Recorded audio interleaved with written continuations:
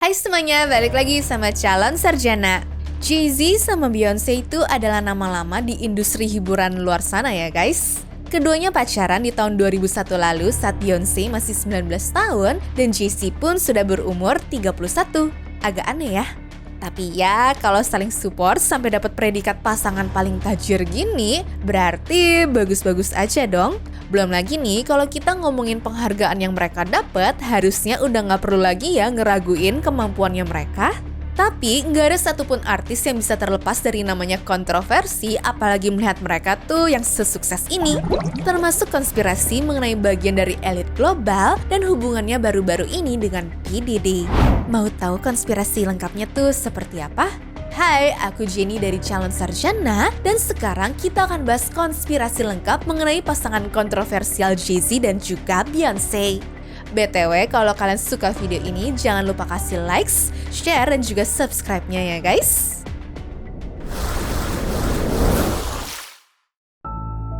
Keterlibatan Illuminati. Sukses ngerintis karir dari nol emang bisa jadi inspirasi banyak orang sebelum akhirnya diterpa isu liar. Contohnya di tahun 2010-an kan mereka berdua pernah nih ya bikin simbol segitiga seperti ini waktu lagi manggung. Nah di tahun 2010-an itu kayaknya aku masih SMA deh ya. Teman-temanku semua tuh kalau ngeliat simbol gini pasti disangkut-sangkut pautin deh ke Illuminati. Kalian juga gini gak sih? Apalagi Beyonce juga pernah pakai simbol ini waktu dia tuh lagi show di Super Bowl pada tahun 2013. Ramailah topiknya. Nah, Illuminati sendiri dipercaya banyak orang adalah sebuah kelompok elit global yang mengontrol seisi dunia dari balik layar. Terciptalah tuh pikiran-pikiran sesat, oh pantas aja cepet sukses. Backingannya ternyata orang-orang Illuminati toh. Lagian bukan tanpa alasan juga sih kita mungkin nuduh mereka seperti itu, karena gerakan ini dipercaya sebagai berkat untuk orang-orang elit global guys. Apalagi Kanye West juga terang-terangan ngomong nih kalau Illuminati itu mengontrol mereka semua tapi cuma dia yang tidak bisa dikendalikan. They can't control me. You get what I'm saying? They can control Shaq. They can control Charles Barkley.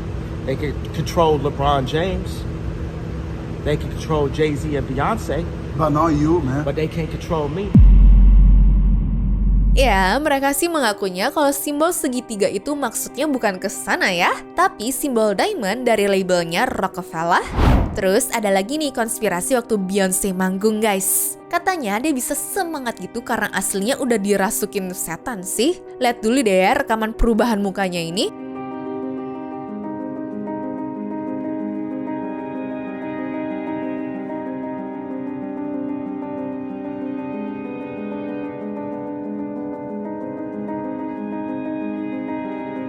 Nah, kali ini aku coba slow-mo-in ya guys.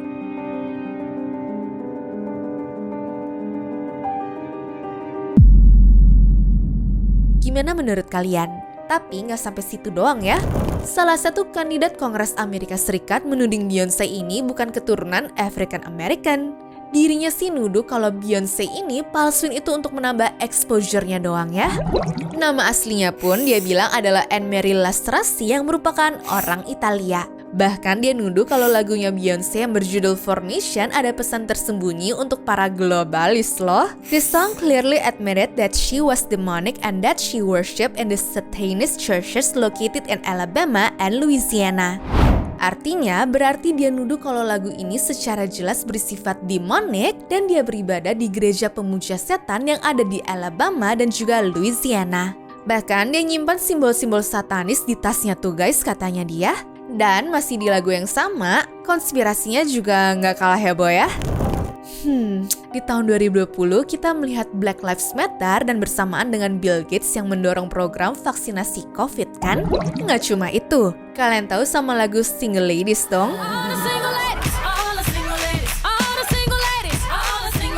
Menurut rumornya, kalau lagu ini diputar mundur, ada pesan rahasia yang menyeramkan loh. Kalian denger deh.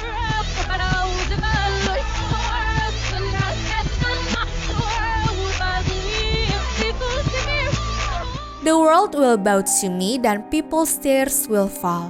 Nah, kalimat itu bakalan cocok banget sama pembahasan kita di selanjutnya nih. Masih soal lagunya, cuma aku mau kalian lihat video klipnya nih kali ini. Give me my check. Put some respect on my check.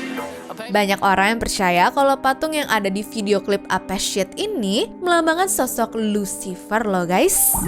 Terus kalau kalian hitung nih jumlah penari latar yang ada di sana, Tua Gapat Manam Jupan Lan Lulas 12 13. Angkanya itu sering dikaitin dengan angka sial kan? Gak tahu sih ini sengaja atau enggak, cuma kalau dibilang kebetulan kayaknya agak di luar kebiasaan Beyonce juga ya yang terkesan perfeksionis ini.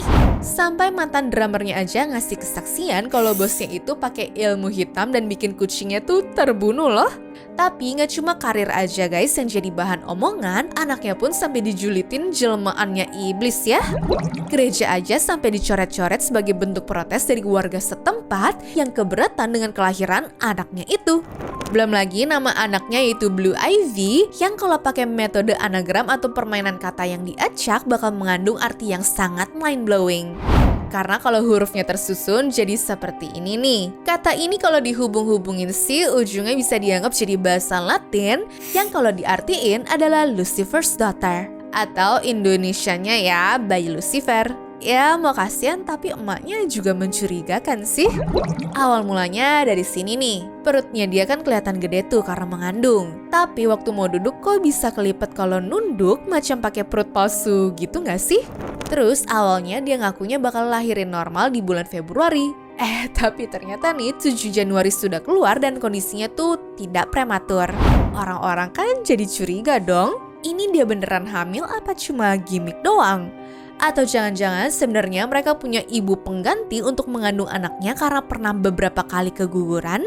Satu lagi yang menarik perhatian orang adalah soal tanggal lahirnya guys. TMZ sempat melakukan penelusuran ketika ada isu di mana mereka menyebutkan kalau penyanyi ini lahir pada tahun 1974 dan bukan tahun 1981. Berarti tuduhannya tuh 7 tahun lebih tua daripada pengakuannya Beyonce ini ya.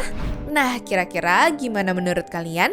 Udah cukup menghebohkan belum? Kalau masih kurang kita tunjukin ya di part-part berikutnya. P. Diddy. Satu kebongkar, otomatis semuanya ikut kena nih. Ya, topik awalnya emang seputar pasangan Jay-Z dan juga Beyonce. Tapi sejak munculnya kasus P. Diddy, ternyata mereka berdua dianggap punya ikatan yang erat. Apalagi setelah pengacara Tony Buzbee yang mewakilkan para korban ngasih tahu ada banyak nama yang akan terseret ya guys. The day will come when we will name names other than Sean Combs, and there's a lot of names. It's a long list already. And of course, I already know who some of these individuals are. But because of the nature of this case, we're going to make damn sure that we're right before we do that. But the names that we're going to name, assuming that our investigators confirm and corroborate what we've been told, are names that will shock you. Dan nama mereka, Jay-Z dan Beyonce ini terus-terusan dihubung-hubungin sama kasus tersebut. Cuma sampai sekarang keduanya belum mengasih klarifikasi apa-apa sih. Makanya gosipnya terus berkembang liar dan kayaknya sih ya nggak bakalan berhenti sampai ada titik terangnya. Sebenarnya nggak heran kenapa nama mereka berdua dikaitin terus. Mereka ini tuh udah temenan lama banget guys sama si P. Diddy. Bahkan mulai collab sejak tahun 1997 dan pernah bikin konser bareng juga loh. Tapi jujur kalau ngeliat listnya sih serem ya. Nama-nama idola kalian pasti ada di sana juga kan?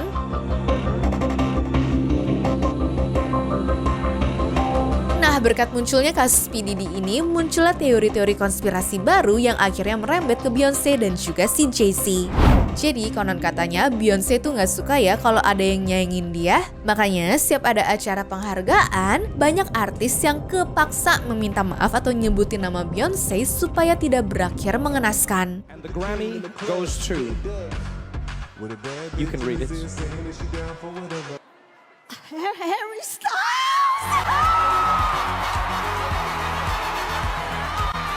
Thank you, Beyonce. You're amazing. Yeah. The fact that Beyonce made a country record changed the game. So thank you. Beyonce. Beyonce had one of the best videos of all time. One of the best videos of all time. Thank you to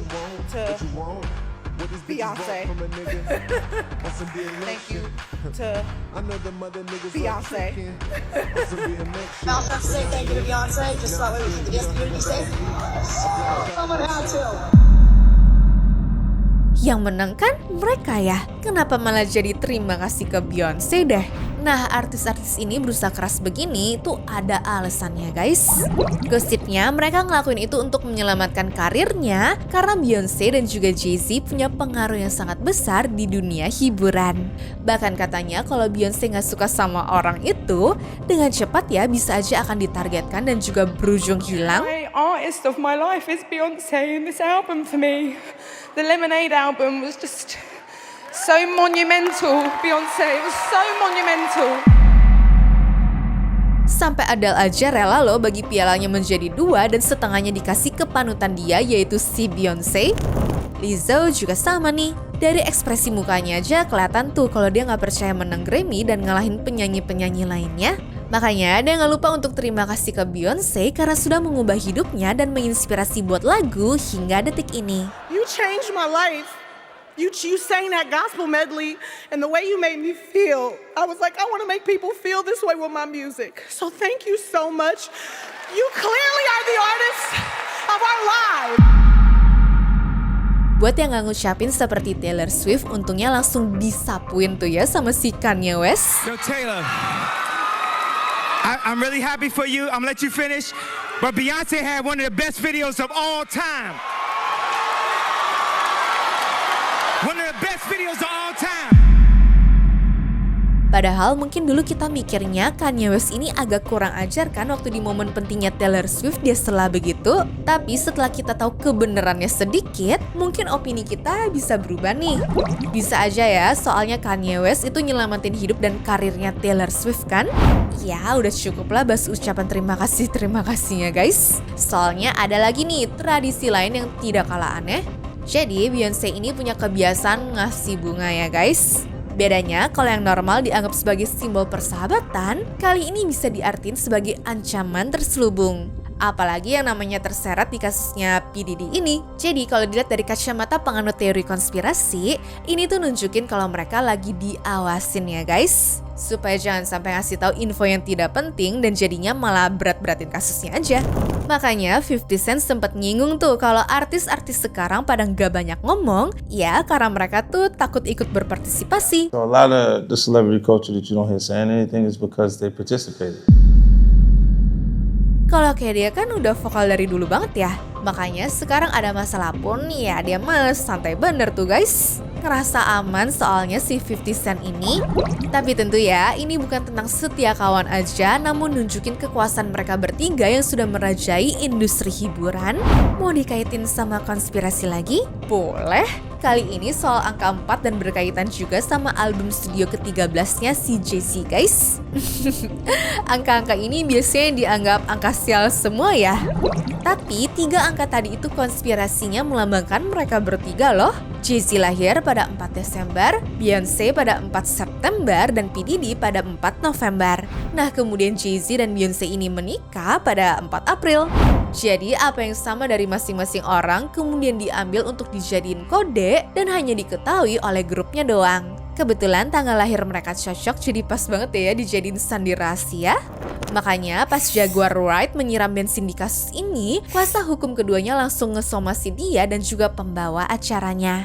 Ya, karena tuduhan ini tidak berdasar, jadi kalau nggak mau masuk ke jalur hukum, mereka harus minta maaf saat itu juga ya guys. Masalahnya nih orang tuh suka ngasih clue gini loh dan gak cuma sekali aja tapi sampai berkali-kali. I can't wait for everybody to find out what's really been going on in the background. Apa jangan-jangan yang dia omongin tuh bener ya karena dia tuh tahu kalau kondisi sebenarnya benar-benar gelap banget?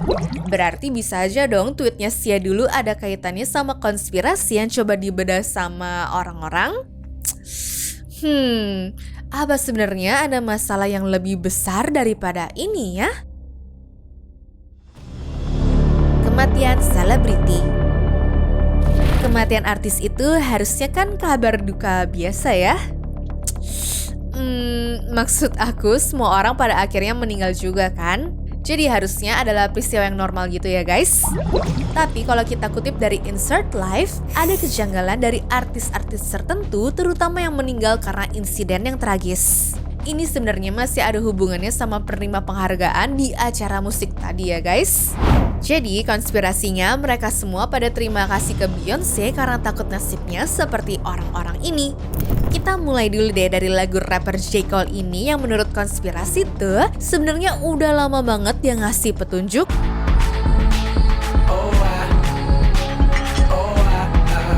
Itu loh, kalian pasti kalau nyari Beyonce di TikTok keluarnya ya lagu ini kan? Jadi teorinya nih, judulnya itu mengarah ke namanya Jay-Z dan juga Beyonce. She dalam judul lagu itu dinilai merujuk pada Jay-Z yang diambil dari nama depannya yaitu Sean dengan nama lengkap Sean Corey Carter. Sedangkan No itu merujuk pada Beyonce yang diambil dari nama belakangnya yaitu Knowles dengan nama lengkap Beyonce Giselle Knowles Carter. Mungkin ini diplesetin biar lebih halus gitu ya. Sedangkan di liriknya kan ada bagian yang doain nama para korban ini ya guys. Nah sebenarnya benang merahnya ya mereka-mereka lagi. Contohnya Alaya Lisa Lopez aka Left Eyes bahkan Michael Jackson sekalipun deh. Mereka punya kesamaan loh. Bisa tebak nggak guys apa yang identik? Mirip seperti 444 tadi tapi kali ini kita lihat bagian tanggal kematiannya ya. Masa iya kebetulan mereka ini meninggal di tanggal 25 semua walaupun beda tahun dan juga bulan? Jadi mungkin aja lagu itu seperti mau nunjukin ke kita-kita, ini loh rahasia tergelap di industri musik Hollywood. Nah coba ya kita bahas Alaya terlebih dulu. Kabarnya nih orang tuh bakal jadi penyanyi R&B yang ngetop abis gitu guys. Beyonce bahkan tidak ada apa-apanya lah waktu itu. Sehingga konspirasinya dia akhirnya dibunuh pada tahun 2001 lalu. Tapi jangan fokus ke otopsinya yang seperti ini ya. Namun di artikelnya Kompas ada bagian yang lebih penting lagi yaitu tentang si pilotnya ini. Sang pilot ternyata terbukti pakai obat plus baru mengonsumsi minuman beralkohol. Nah ternyata pilotnya juga nggak punya izin penerbangan pesawat kecil dan baru direkrut untuk jadi pilot beberapa hari sebelumnya. Agak aneh kan kalau dipikir-pikir? Nah sekarang coba kita lanjut ke Lisa Lopez aka Left Eyes yang mengalami kecelakaan mobil sehabis pulang bareng temen-temennya. Zaman itu emang belum ngetren ya orang ngevlog tapi kebetulan banget nih temennya ngerekam momen itu.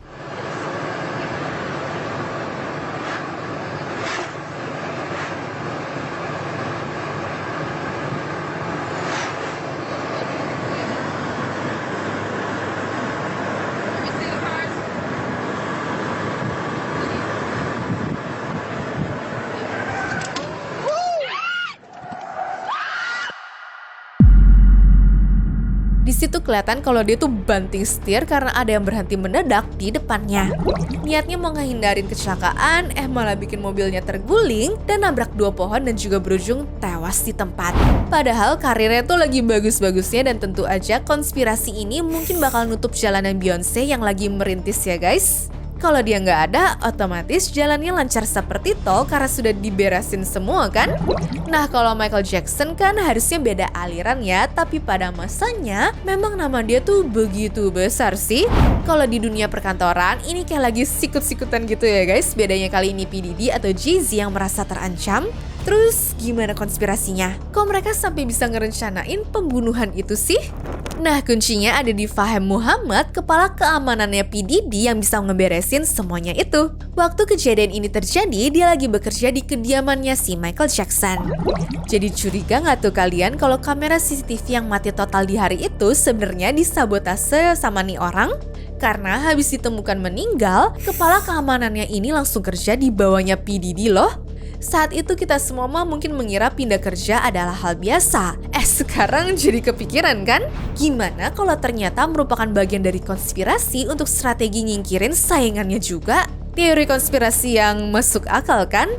Soalnya kalau masih ada mereka semua nih, mungkin nih ya, nama Beyonce, Jay-Z atau bahkan P. Diddy tidak akan setenar sekarang kan?